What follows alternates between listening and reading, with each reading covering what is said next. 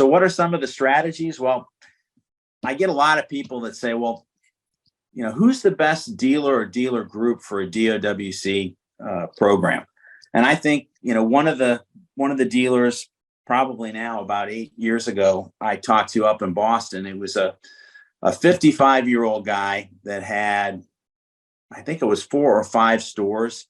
He was too big to have his own reinsurance company, didn't have any children, didn't have any other key people he wanted to involve in a participation program, and was kind of committed in an 8 to 10 year range that he was going to sell the stores and right off into the sunset.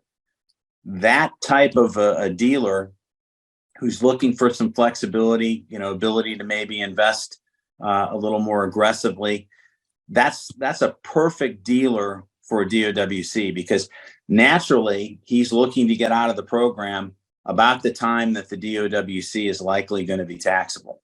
So we can have him own a single DOWC. He doesn't have to own multiple CFCs and let other people participate in the underwriting profit. He doesn't have to go into an NCFC program that he doesn't have control over.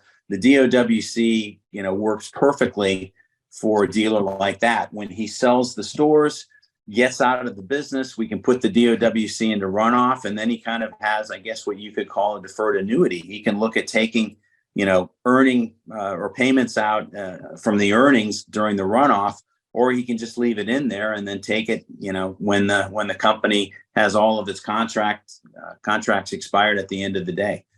A couple other things I mentioned before, a lot of consideration should be, looked at when you're looking at these programs.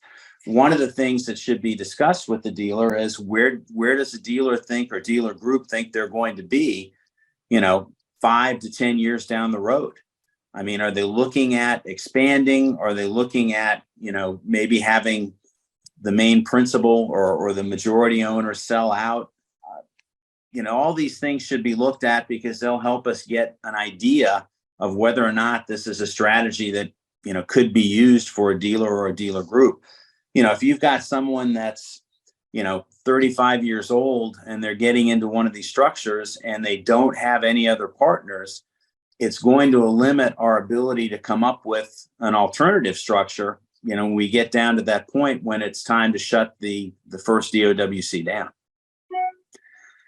Obviously, we need to ask about other reinsurance programs, other structures that the dealer should be or is participating in, so we have a general idea of what types of potential consequences we will have if the dealer gets into a DOWC. And again, these are all things that should be discussed before the DOWC is formed, before the dealer makes that commitment.